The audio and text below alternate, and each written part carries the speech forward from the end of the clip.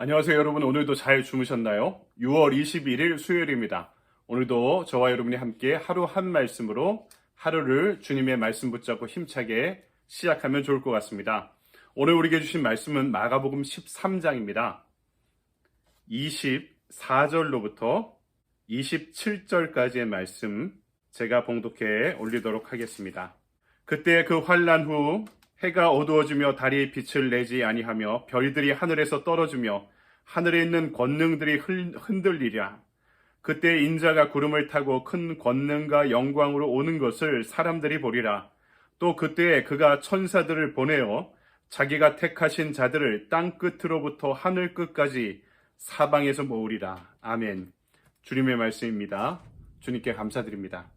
오늘 우리에게 주신 말씀 가지고 인자가 오는 것을 사람들이 보리라 라는 제목으로 말씀을 증거하도록 하겠습니다. 13장, 마가복음 13장에 대해 주석가들은 감난산 위에서 이루어졌던 설교문이다 이렇게 이야기하십니다. 주로 제자들에게 하신 말씀인데요. 그 내용은 두렵고 무서운 마지막 날에 대한 예언이었습니다. 특별히 14절에 보니까 멸망에 가증한 것이 서지 못할 것에 선 것을 보게 되리라 이렇게 이야기하고 있는데, 이것에 대해 주 70년 로마의 디도 장군에 의해서 예루살렘이 정복되고 성전이 파괴되고 나라가 멸망하게 되죠. 이때 이 예언이 1차적으로 실현된 것이다 라고 주석가들은 평가합니다. 그런데요, 이것은 그때만 해당하는 말씀이라고 볼 수 없고요, 다가오고 있는 말세지말에 최종적으로 우리에게 이루어질 심판의 사건들을 우리에게 전해주고 있는 것이죠. 그때가 되면 성전이 파괴되고 거짓 그리스도와 거짓 선지자들이 일어날 것이고 해와 달과 별들이 빛을 잃고 떨어질 것이다. 우리가 읽은 말씀 이전에 13장의 말씀의 내용이 이 이야기들이 계속 기록되어 있는 것입니다.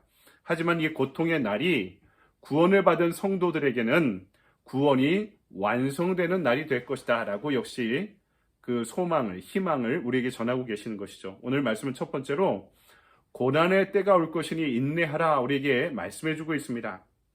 그리스도인들이 예수님을 따르는 것은 매우 위험할 때도 있고 때로는 고난을 당하는 것을 포함한다는 것을 우리는 기억하고 있어야 됩니다.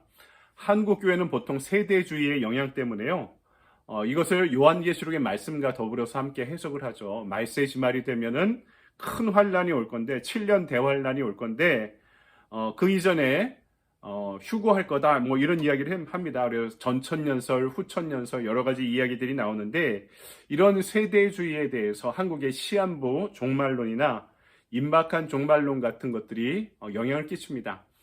어느 기독교 신문을 보니까 한국교회 강단의 80%에서 90%가 세대주의를 받아들이고 있다 이렇게 이야기하는데요. 그런데 제가 공부를 해보고 알아보니까 전 세계적으로 기성교단, 감리교나 장로교나 루터교회처럼 기성교단에서는요, 이 세대주의를 문제 있는 것으로 보고 있습니다. 그래서 정통적인 교리가 아니다라고 보면 될 것 같고요.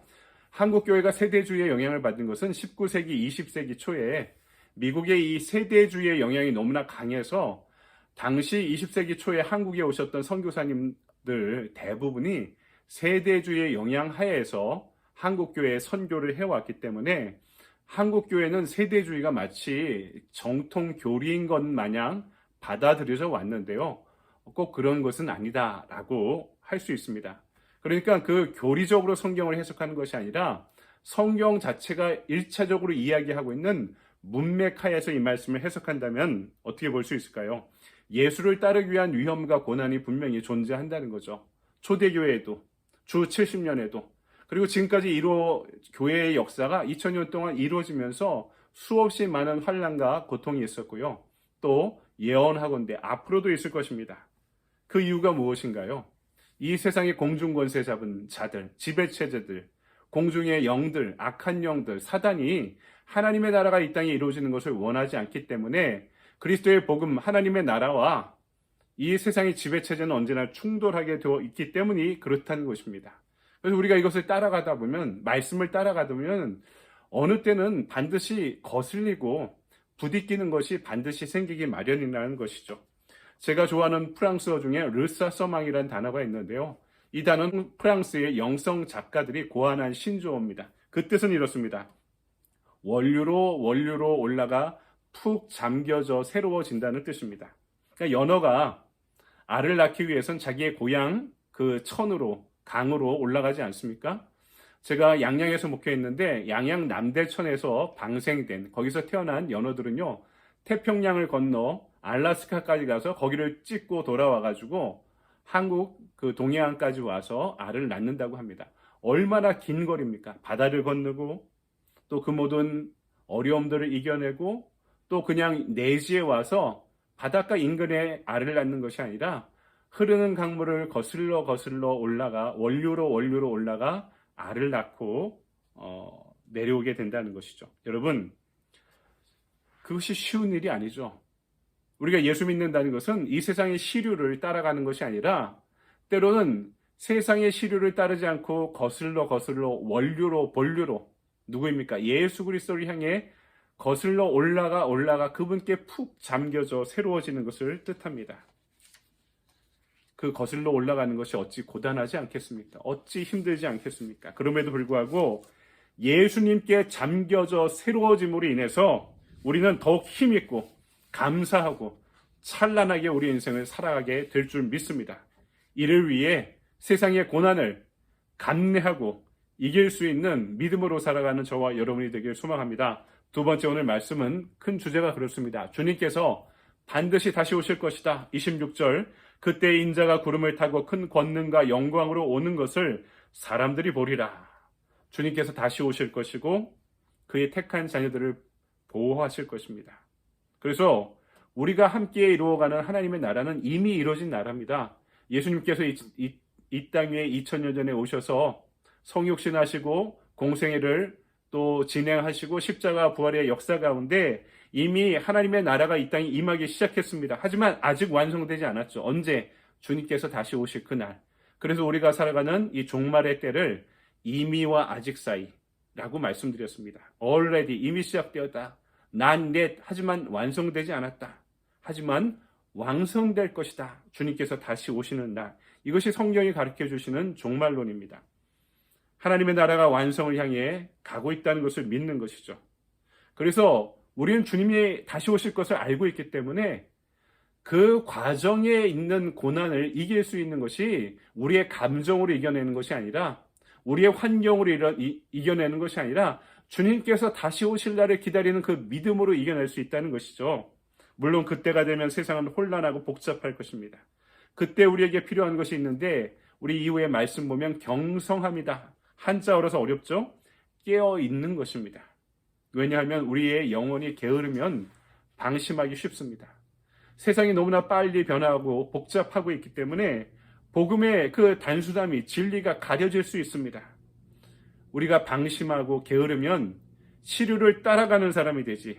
그래서 세상에 휩쓸려 살아갈 가능성이 많다는 것입니다. 그래서 우리는 날마다 우리가 이 아침에 하루 한 말씀을 묵상하는 이유가 뭡니까? 우리는 깨어진 바가지라서 날마다 구원의 우물에서 생수를 기르지 않으면 안 되는 거죠. 깨어진 바가지니까 퍼도 새고 그래서 그 우물에 아예 자체에 푹 잠겨져야 되는 것입니다. 예수님의 변화산 사건이 이례적으로 이루어진 것이 아니라 날마다 우리는 변화산 위로 올라가서 주님을 만나는 체험을 하지 않으면 안 된다는 것입니다. 우리는 주님 오시는 날 잠자는 상태로 발견되는 신앙인이 되어서는 안 됩니다. 27절, 또 그때 그가 천사들을 보내어 자기가 택하신 자들을 땅 끝으로부터 하늘 끝까지 사방에서 모으리라. 택하신 자들이 누굽니까? 구원받은 하나님의 자녀들. 말세지 말의 혼란함에도 불구하고 세상에 휩쓸려 다니지 않고 깨어있는 자들입니다. 그리고 그날은 바로 하나님의 땅 끝까지 이루는 선교 사역이 완성되는 날입니다. 마태복음 28장에 그리고 사도행전 1장 8절에 지상의 명령이 완성되는 마지막 날 주님께서 오시는 날입니다. 그래서 우리가 깨어있는다는 것은 그때를 준비하는 것입니다. 우리에게 주어진 지상 명령의 완수를 위해서 끝까지 충성하는 교회로 살아남는 것을 뜻합니다. 여러분, 그렇죠? 우리가 본질에 충실하면 혼란할 것도 두려워할 것도 걱정할 것도 없습니다.